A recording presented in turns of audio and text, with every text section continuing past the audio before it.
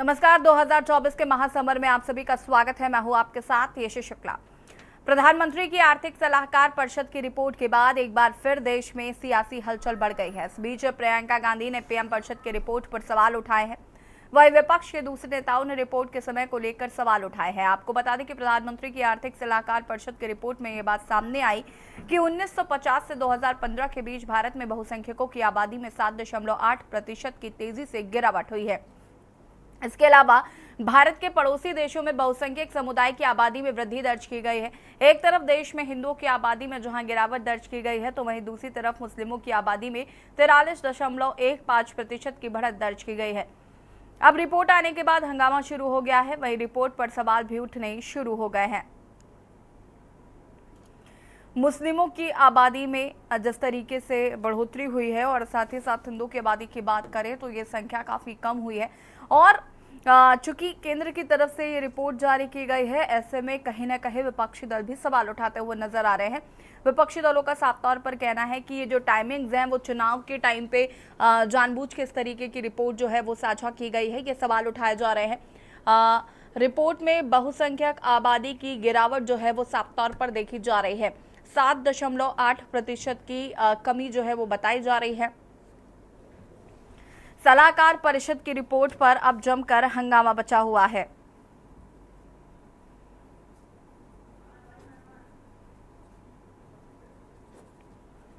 मुस्लिमों की आबादी में 43.1% बढ़ोतरी हुई है। और अब जब ये रिपोर्ट आई है सामने, तो प्रियंका गांधी ने भी इस पर रिपोर्ट आने की टाइमिंग्स पर सवाल खड़े किए हैं। प्रधानमंत्री की आर्थिक सलाहकार परिषद की रिपोर्ट के बाद से देश में सियासी हलचल बढ़ गई है। इसी बीच प्रियंका गांधी ने पीएम परिषद की रिपोर्ट पर सवाल उठाए हैं। वहीं विपक्ष के दूसरे नेताओं ने रिपोर्ट के समय को लेकर सवाल उठाए हैं। प्रधानमंत्री की आर्थिक सलाहकार परिषद की रिपोर्ट में बात सामने आई कि 1950 से लेकर 2015 के बीच भारत में बहुसंख्यकों की आबादी में 7.8% की तेजी से गिरावट हुई। इसके अलावा भारत के पड़ोसी देशों में बहुसंख्यक समुदाय की आबादी में वृद्धि दर्ज की गई है। एक तरफ देश में हिंदुओं की आबादी में जहां गिरावट आई है, तो वहीं दूसरी तरफ मुस्लिमों की आबादी में 43.15% की बढ़त दर्ज की गई है। अब रिपोर्ट आने के बाद हंगामा शुरू हो गया है और रिपोर्ट पर सवाल भी उठने लगे हैं।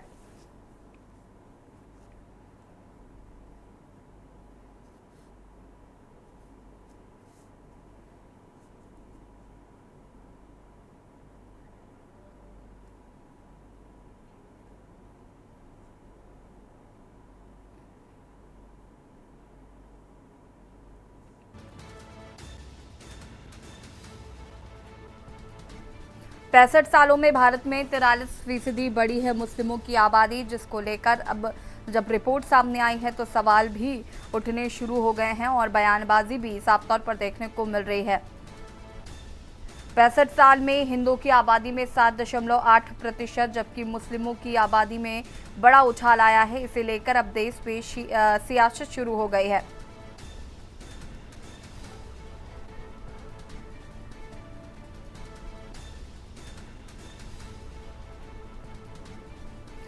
पीएम की इकोनॉमिक एडवाइजरी काउंसिल यानी कि आर्थिक सलाहकार परिषद ने कहा है कि 1950 से लेकर 2015 के दौरान देश में हिंदुओं की आबादी घटी है और मुसलमानों की बढ़ी है। सवाल है कि पीएम की एडवाइजरी काउंसिल काम क्या करती है और कौन कौन इसमें शामिल है। तो आपको बता दें कि चुनाव में हर बयान और बात में कुछ इशारे होते हैं। ऐसे में कोई रिपोर्ट आए जिसमें मुसलमानों की आबादी में बढ़ोतरी और हिंदुओं की जनसंख्या में गिरावट का दावा हो, उसको राजनीतिक दलों की ओर से आड़े हाथों लिया जाना स्वाभाविक है। तब तो और भी जब प्रधानमंत्री की आर्थिक सलाहकार परिषद की तरफ से आई हुई स्टडी हो। इस सरकारी पैनल की रिपोर्ट में दावा किया गया है कि 1950 में हिंदुओं की आबादी 84.68% थी, जो कि साल 2015 में घटकर 78.6% हो गई है। वहीं दूसरी ओर मुसलमानों की संख्या 5% की बढ़ोतरी हुई है। सवाल है कि राजनीतिक तौर पर काफी अहम समय में ये रिपोर्ट जारी करने वाली पीएम की एडवाइजरी काउंसिल है क्या और इसके सदस्य कौन कौन है। तो बता दें कि जैसा कि नाम से स्पष्ट है कि प्रधानमंत्री की आर्थिक सलाहकार परिषद का गठन मुख्य तौर पर प्रधानमंत्री को आर्थिक और दूसरे जरूरी मुद्दों पर सलाह देने के लिए किया गया था। यह एक गैर संवैधानिक संस्था है। महंगाई की रफ्तार भारतीय अर्थव्यवस्था किस दिशा में जा रही है और दुनिया के आर्थिक विकास में हम कहाँ खड़े हैं। समय समय पर इसकी एक विस्तृत रिपोर्ट एडवाइजरी काउंसिल यानी कि सलाहकार परिषद प्रधानमंत्री को उपलब्ध कराती रहती है। इस काउंसिल का एनुअल इकोनॉमिक आउटलुक और अर्थव्यवस्था की समीक्षा का पर जानकारों की खासकर नजर रहती है और इसके जरिए प्रमुख तौर पर देश के छोटे से लेकर बड़े आर्थिक मुद्दों को उजागर किया जाता है। प्रधानमंत्री के आर्थिक सलाहकार परिषद की वेबसाइट के मुताबिक फिलहाल ये सरकारी पैनल 9 लोगों की टीम के साथ काम कर रहा है। इसके चेयरमैन विवेक देबराय हैं, संजीव सान्याल और शामिका रवि इसके सदस्य हैं।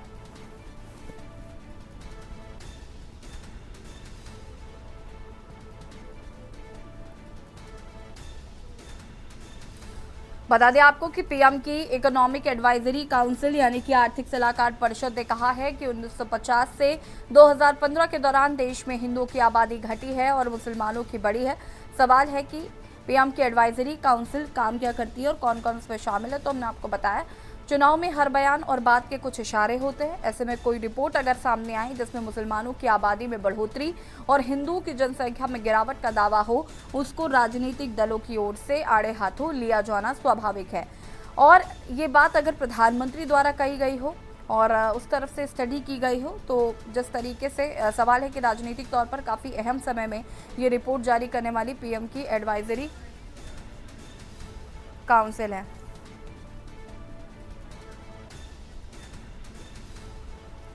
आनंद राय सपा नेता हमारे साथ जुड़ चुके हैं, श्वेता दुबे बीजेपी नेता हमारे साथ जुड़ चुकी है। आप दोनों का बहुत बहुत स्वागत है। सबसे पहले आनंद राय जी का रुख कर लेता है। आनंद राय जी, जिस तरीके से ये सलाहकार परिषद की तरफ से ये जो रिपोर्ट आई है इस पर क्या रिएक्शन है, क्योंकि इस पर विपक्ष का रिएक्शन आना स्वाभाविक भी था, क्योंकि जिस तरीके से केंद्र की तरफ से ये एडवाइजरी आई है और जिसमें बताया गया है कि इन 65 सालों में हिंदुओं की आबादी घटी और मुसलमानों की आबादी बढ़ी है।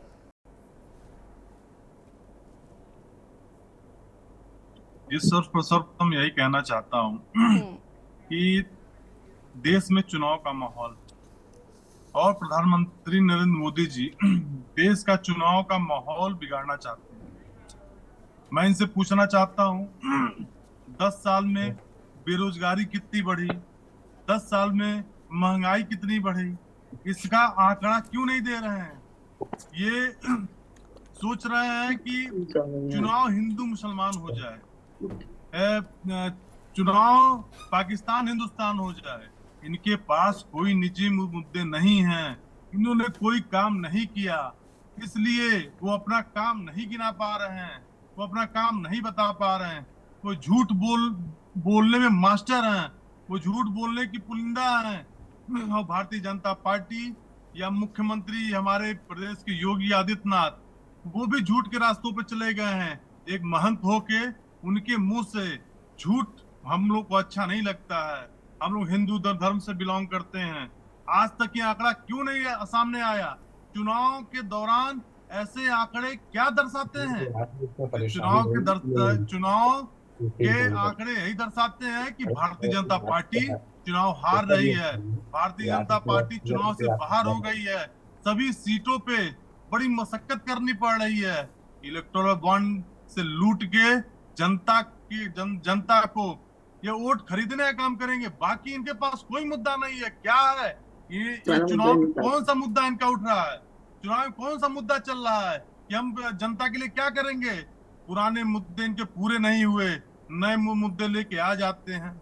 मैं पूछना चाहता हूं, भारतीय जनता पार्टी किस मुद्दे पे चुनाव लड़ रही है? और स्पष्ट कर देना चाहता हूं कि देश की जनता को अब गुमराह करने का समय खत्म हो गया है प्रधानमंत्री नरेंद्र मोदी जी, और देश की जनता अब इनको बाहर का रास्ता दिखाने का काम करेगी। पर जी ठीक है, श्वेता जी हमारे साथ जुड़ी हुई हैं। श्वेता जी, जिस तरीके से अभी आनंद जी कह रहे थे कि आपके पास कोई मुद्दे नहीं बचे हैं, हिंदू मुसलमान की राजनीति करना चाहते हैं, हिंदुस्तान पाकिस्तान की राजनीति करना चाहते हैं, यही बड़ी वजह है कि इस समय पर ये रिपोर्ट लाई गई है। देखिए, समय जरूर चुनाव का हो सकता है, लेकिन चुनाव भी तो देश के लिए ही हो रहे हैं।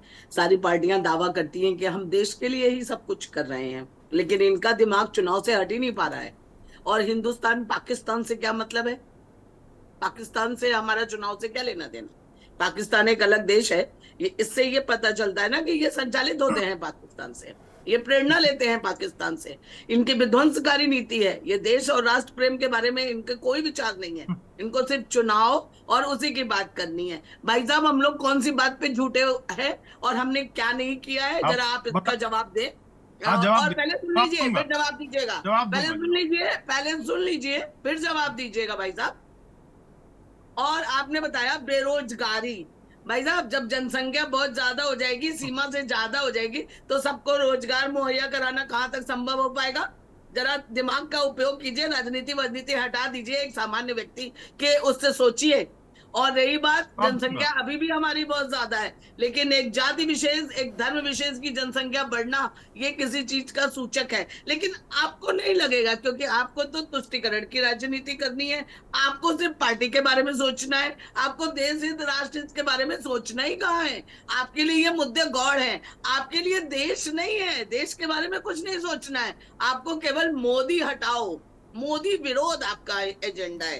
प्रधानमंत्री जी आपके विरोध नहीं तो श्वेता जी, मुझे ये बताइए, अगर चुनाव के बीच में ऐसी रिपोर्ट आएगी तो क्या सवाल नहीं उठेंगे? तो क्या आपसे जवाब रिपोर्ट चुनाव के बीच में आई है, वो हो सकता है, कोई इंसिडेंट भी हो सकता है, लेकिन जो रिपोर्ट बता रही है वो आंकड़े सवाल तो यही है ना कि विपक्ष आपसे यही पूछ रहा है कि ऐसे इत्तेफाक भारतीय जनता पार्टी के साथ ही क्यों होते हैं? ऐसे इत्तेफाक आपके साथ ही क्यों हो रहा है?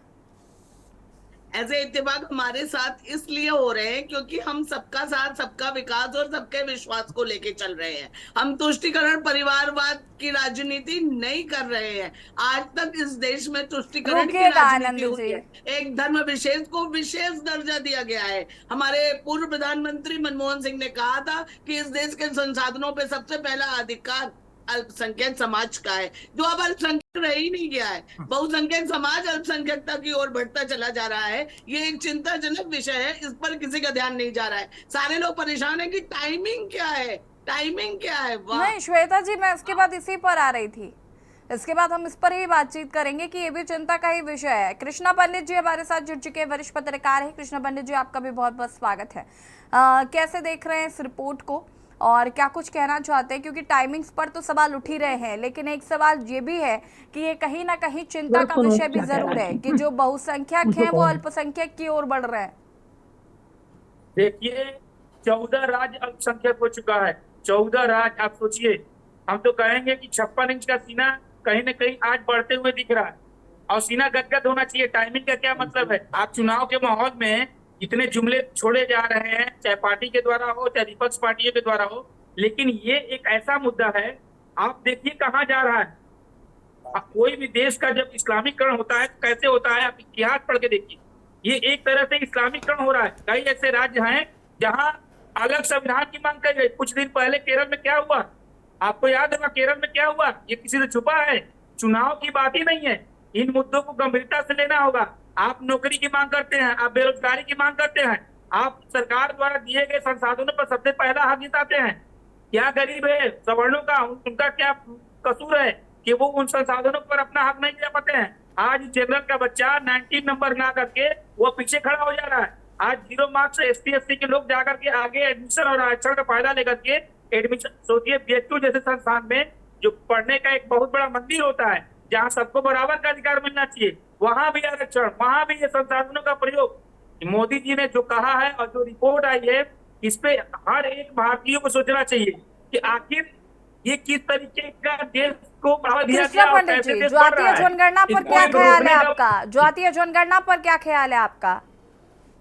देखिए, मेरा तो ये ख्याल है, जातीय जनगणना जिस तरीके से लोगों ने चुनाव के पहले राजनीतिकरण में सौदा करके उसको अपने पक्ष में लाने की कोशिश किया, एक मेरा सुझाव है कि वक्फ बोर्ड, आप देखी होंगी कुछ दिन पहले का रिपोर्ट के वक्फ बोर्ड के पास कितनी प्रॉपर्टी है, तो क्यों ना जातीय जनगणना के आधार पर वक्फ बोर्ड की सारी संपत्तियों को बांटकर लोगों को दे दिया जाए। ये भारत है, भारत जो है एकता में एकता के विषय है। और निश्चित रूप से आज जिस तरीके की चीजें चल रही हैं, आप देखिए केरल में एक अलग संविधान की मांग की गई भारत देश में। आप जम्मू कश्मीर, अगर ये मोदी सरकार न होती तो 370 प्रधानमंत्री एक शब्द बोलने की मादा नहीं रखते थे। यही मोदी जी हैं जिन्होंने 370 किया। आज वहां भारत का संविधान और चुनाव हो रहा है जम्मू कश्मीर में। चुनाव हो रहा है, भारत का हर नागरिक जम्मू कश्मीर जा रहा है, ये किसकी वजह से है? ये भारत सरकार वर्तमान में चल रही सरकार की वजह से। मैं कोई इनकी वो नहीं कर रहा, लेकिन जो सच्चाई है उसको बोलना होगा, जो सच्चाई है लोगों को बताना होगा।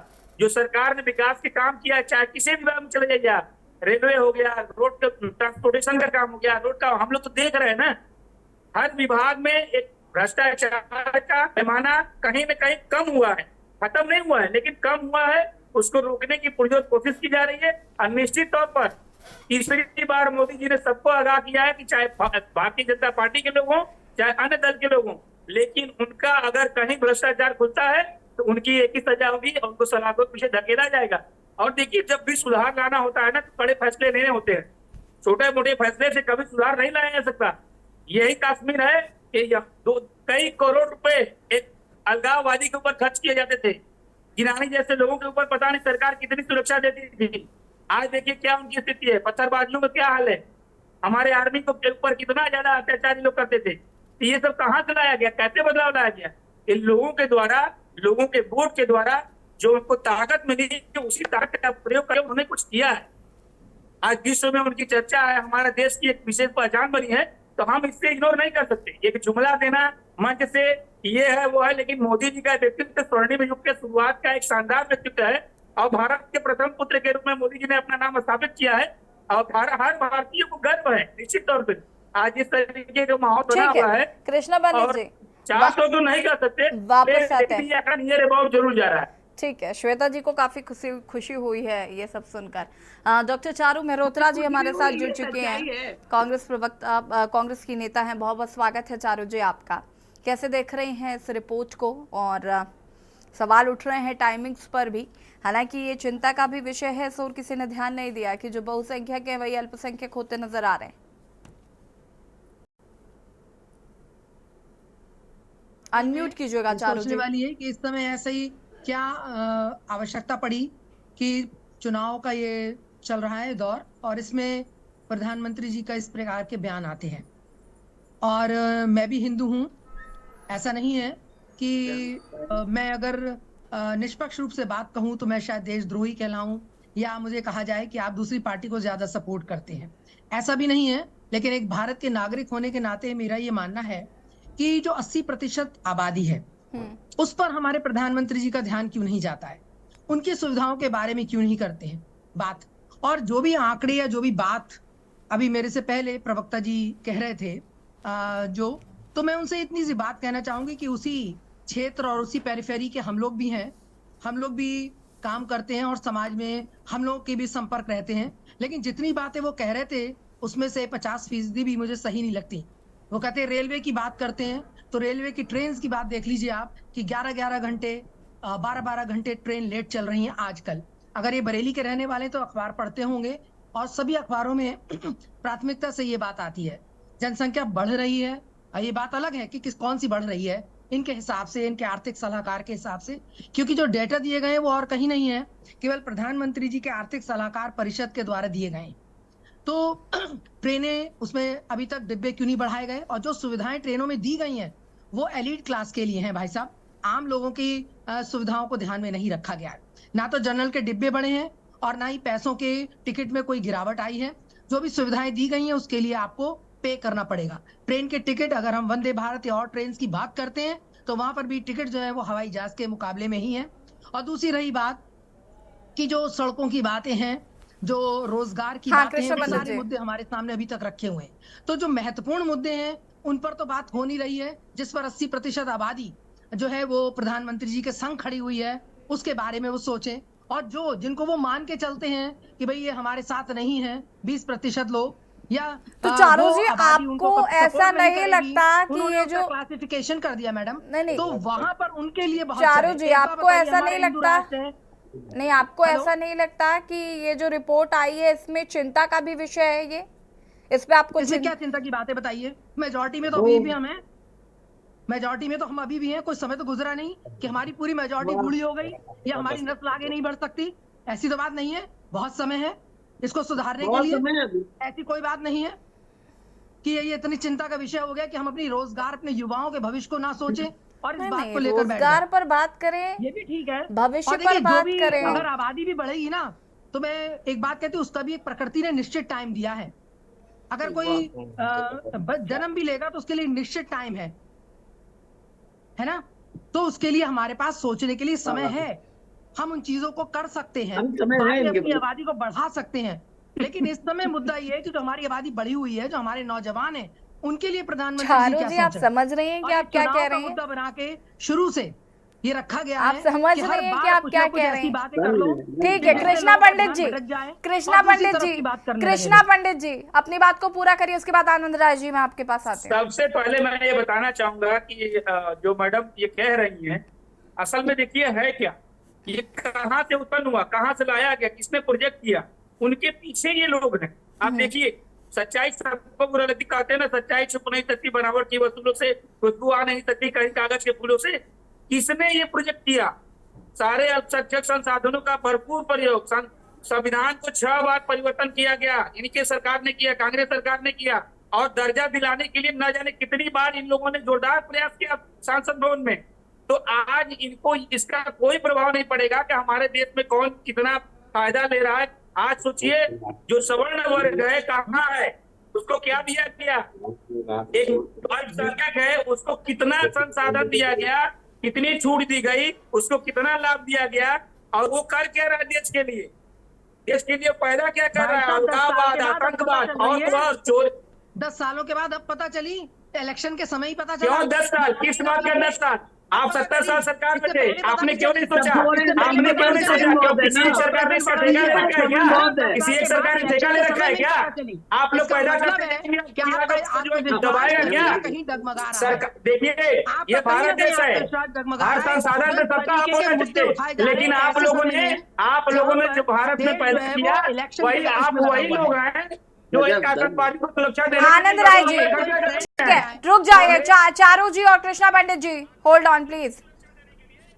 चारू जी और कृष्णा पंडित जी एक एक करके या तो बोलिए प्लीज।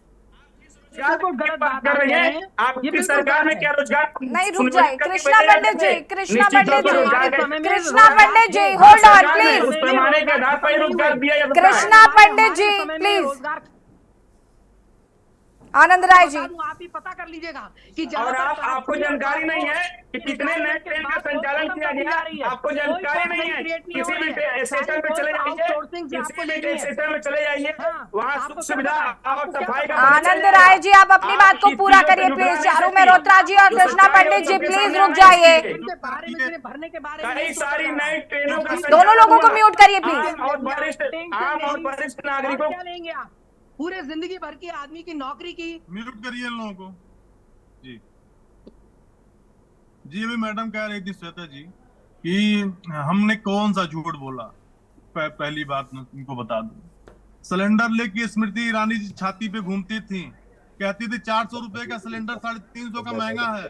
भैया सिलेंडर के लिए सुबह से लाइन नहीं लगानी पड़ती है, ये पूरा परिवार लगता था तब एक सिलेंडर मिलता था। और भाई साहब आपका मकान होगा, उसकी कीमत बढ़ी है कि मकान की जमीन की कीमत बढ़ेगी। लेकिन बस एक ही बात कि बस अपने घर में सजा के रख लो ड्राइंग रूम में कि हमारे घर में सिलेंडर है। गरीब आदमी को तुमने दिया तो सिर्फ पैसे नहीं लिए। तो अच्छा रहे कांग्रेस प्रवक्ता, आपके पास अभी बहुत समय है, आप हमारे इंतजार पास जो समय, आपके पास भी समय है, अब आप कहेंगी तो उसका जवाब आपको मिलेगा। आप लोग रुक जाइए, एक एक करके बात करिए please. Maintain the decorum of the debate. बहुत बढ़िया। श्वेता दुबे जी और चारू मेहरोत्रा जी आप दोनों से मेरा निवेदन है, maintain the decorum of the debate please. इस तरीके से नहीं हो पाएगा। आनंद राय जी को सुन लीजिए पहले। अपनी बारी में अपनी बारी जब कोई बोलिएगा। जवाब ना मिले तो बस यही कहने लगो, रटे रटाए डायलॉग सिखा दिए गए हैं। आनंद राय जी अपनी बात को पूरा करिए प्लीज। आम आदमी की तरह यही बोलना शुरू कर दो, जब कोई इनकी तर्क ना हो तो यही देना शुरू कर दो। विषय क्या है, आप बोल क्या रही हैं? श्वेता जी आप मुझे सुन पा रही हैं या नहीं? श्वेता जी आप मुझे सुन पा रही हैं या नहीं? प्लीज थोड़ा सा रुक जाइए। आनंद जी जी तुम महंगाई पे आए थे, ये महंगाई पे तो 70 रुपए का पेट्रोल। आनंद राय जी एक सेकेंड रुक जाइए। श्वेता जी अच्छा रुक जाइए। मैं समझ रही हूँ कि आपके अंदर का वो भाजपाई जाग रहा है, लेकिन रुकिए थोड़ा, पेशेंस रखिए। तुम महंगाई के मुद्दे पे आए थे और 400 रुपए का सिलेंडर 1200 रुपए कर दिया। 35 रुपए का पेट्रोल देने की बात कह रहे थे तो 100 अरे आनंद जी अभी समझिए ना, ये मसला नहीं है। हम इस पर तो विपक्ष बात कर ही रहा है, आप मुझे बताइए, इस पर तो विपक्ष बात कर ही रहा है ना। रोजगार बेरोजगारी पर आप बात कर रहे हैं, शिक्षा पर आप बात कर रहे हैं, स्वास्थ्य पर आप बात कर रहे हैं, ठीक बात है। लेकिन आज ये जो रिपोर्ट है, मैं कह रही हूं आपको टाइमिंग्स पर भी सवाल उठाने तो आप टाइमिंग्स पर सवाल उठाइए, लेकिन ये समझने की तो कोशिश करिए कि ये स्थिति हुई कैसे। क्या ये चिंता का विषय नहीं है? जो सवाल पूछे उनका जवाब दे रहा हूं मैं। आनंद जी, मैं एंकर हूं, मैं जो सवाल पूछ रही हूँ उसका जवाब दे देंगे आप? बड़ी कृपा होगी आपकी, बड़ी मेहरबानी होगी। ये भी चुनावी जुमला है, मैं आपको बता दूं। ये जो आंकड़े आए हैं ये सब फर्जी आंकड़े हैं, मैं आपसे बता देना चाहता हूँ। प्रधानमंत्री मोदी के घर से निकले आंकड़े हैं, मैं इसको नहीं मानता हूँ। और मैं बेरोजगारी की बात मैं कर रहा हूँ, ये कह रहे थे कि हर साल 2 करोड़ नौकरी देंगे, अभी कह रहे मैं क्या झूठ बोला? आपने झूठ बोला, नौजवानों के साथ आपने घात किया है। आपको जनता सबक सिखाएगी। आप राष्ट्रवाद की बात कर रहे थे पत्रकार महोदय, राष्ट्रवाद की। पुलवामा में नौजवान जवानों का आपने हत्या किया है, भारतीय जनता पार्टी उसकी हत्यारी है। सतपाल मलिक वहां पे राज्यपाल थे, उन्होंने स्पष्टीकरण किया। मैंने प्रधानमंत्री मोदी से बात किया और उन्होंने कहा कि जिस मलिक की बात आप कर रहे हैं महोदय, वो मलिक वहां तलवे चाट रहे थे, वो तलवे चाट रहे थे। जब उनकी सुविधा छीन ली गई तो उसको बगावत की बू आ गई। आप थोड़ी जानकारी अपनी बढ़ा लीजिए। उन्होंने कब ये बयान दिया? जब उनको वहां से जब उनके संसाधन छीन लिए गए तब वो ये लेकर आए। उसके पहले कहाँ सो रहे थे क्या? उसी पार्टी के सरगुफा छोड़ रहे थे वो वहां पर बैठ करके, और उनके पास अधिकार थे, क्यों ने उनका प्रयोग किया? देखिए ये सब जुमलेबाजी, आपको सिर्फ सच बोलते हैं और सच लिखते हैं, और यही हकीकत है कि आप लोगों का एजेंडा पूरी तरीके से सफल हो रहा है। आप अपनी नीति नहीं बदलेंगे तो आप सब सफा हो जाएंगे। चलिए ठीक है, चर्चा को आगे बढ़ाएंगे। आप सभी हमारे साथ बने रहिए और यहाँ रुकेंगे एक छोटे से ब्रेक के लिए। जल्द हाजिर होते हैं। ब्रेक के बाद एक बार फिर से आप सभी का स्वागत है 2024 के महासमर में। आज हम बात कर रहे हैं जिस तरीके से केंद्र की तरफ से एक रिपोर्ट जारी की गई है सलाहकार परिषद की तरफ से, जिसमें कहा गया है कि हिंदुओं की संख्या 2015 तक यानी कि 65 सालों का जो एक आंकड़ा है उसके मुताबिक हिंदुओं की संख्या घटी है, मुस्लिमों की संख्या में इजाफा हुआ है। अब जिस तरीके से ये 2024 के लोकसभा चुनाव के टाइम पर ये रिपोर्ट आई है, उससे कहीं ना कहीं विपक्ष बौखला गया है। विपक्ष की अलग प्रतिक्रिया आ रही है। विपक्ष इस पर कह रहा है, टाइमिंग्स पर सवाल उठा रहा है, इस रिपोर्ट को मानने से इनकार कर रहा है। ये तमाम चीजें फिलहाल देखने को मिल रही हैं। तो वहीं सत्ता पक्ष का मानना है कि ये चिंता का विषय है और हमें इस पर चिंता करनी चाहिए। आज हम इसी पर चर्चा कर रहे हैं। मेहमान हमारे साथ लगातार बने हुए हैं। श्वेता दुबे जी, अपनी बात को पूरा करिए प्लीज। कि सिर्फ भाजपा, श्वेता जी आप अपनी बात पूरी करें, उससे पहले मैं एक बात कह देना चाहती हूँ सभी पैनलिस्ट से कि कृपया करके एक एक करके धीरज के साथ सबकी बातें सुने, बीच में इंटरप्ट करने से कुछ नहीं होगा। श्वेता जी कंटिन्यू करें।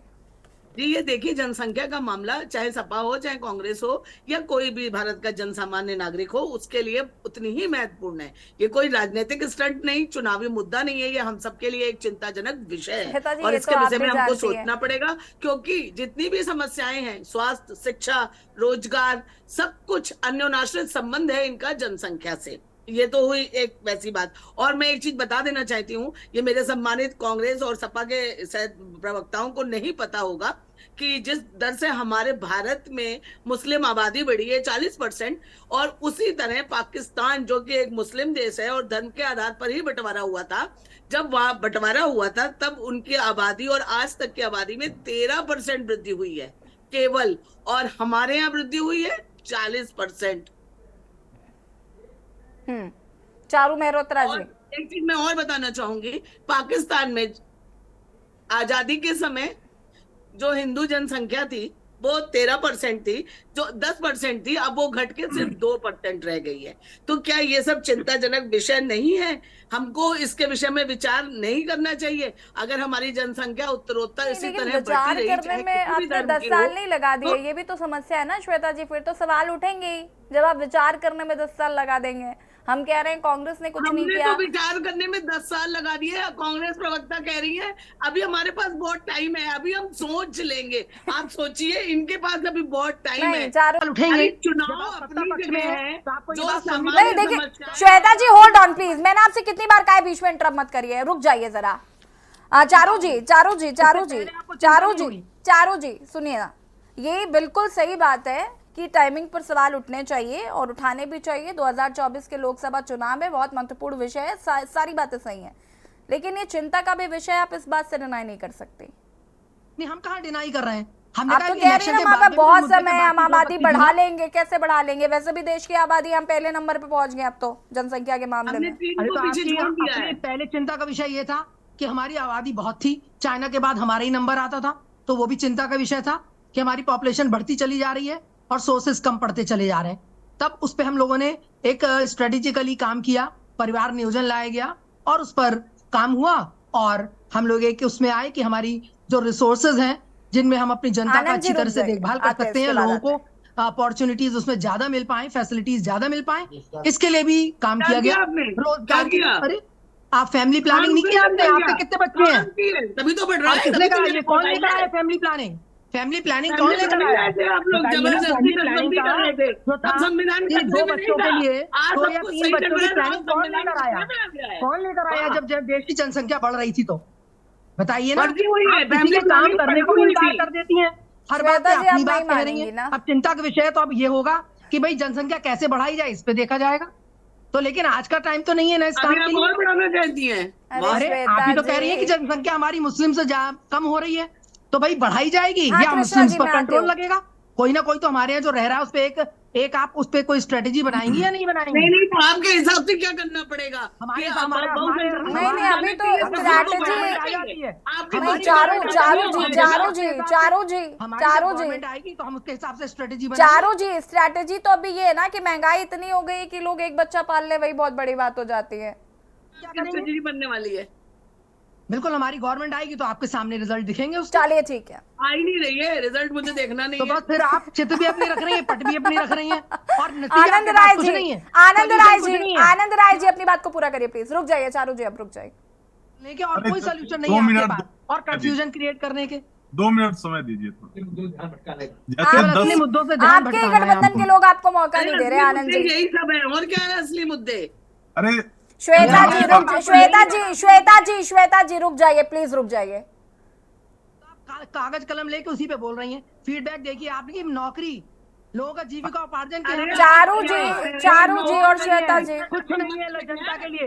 आधे से ज्यादा हमारा ब्रेन ड्रेन हो रहा है। बाहर हमारे युवा जा रहे हैं पढ़ने के लिए और नौकरी करने। क्यों जा रहे हैं भाई? श्वेता जी, चारू जी रुक जाइए प्लीज, होल्ड ऑन।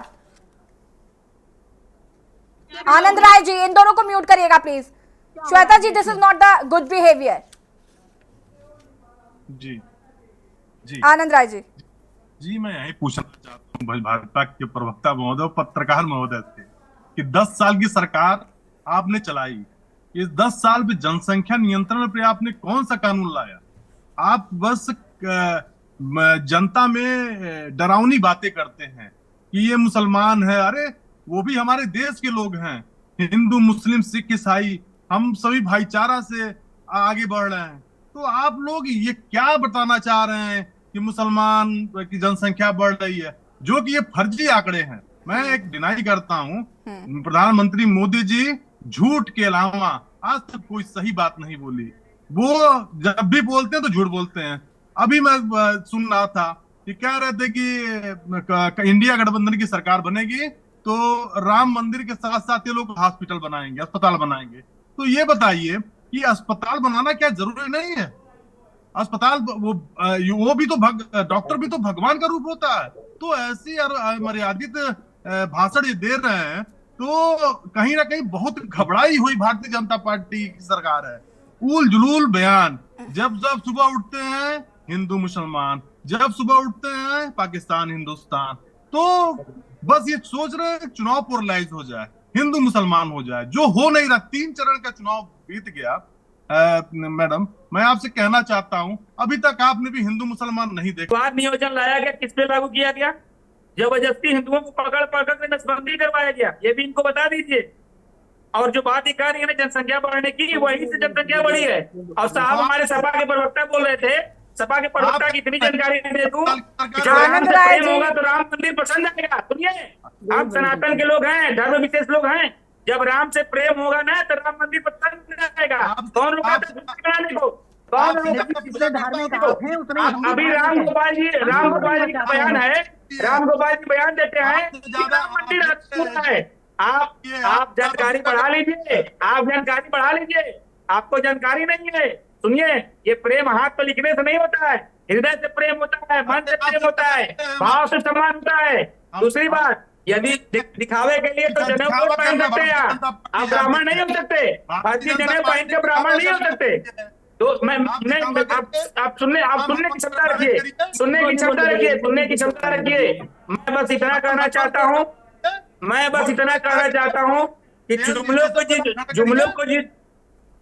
को वक्त मिला गया, जुमलों को वक्त मिला गया और जुमलों को वक्त भी मिला, लेकिन जुमलों का सफाया अब होना तय है। और सुनिए, ये देश आनंद राय जी, अगर आपको अच्छा नहीं लगता कि आपके बीच में कोई बोले तो प्लीज दूसरों के वक्तव्य के बीच में बोलिए नहीं, प्लीज। आनंद राय जी,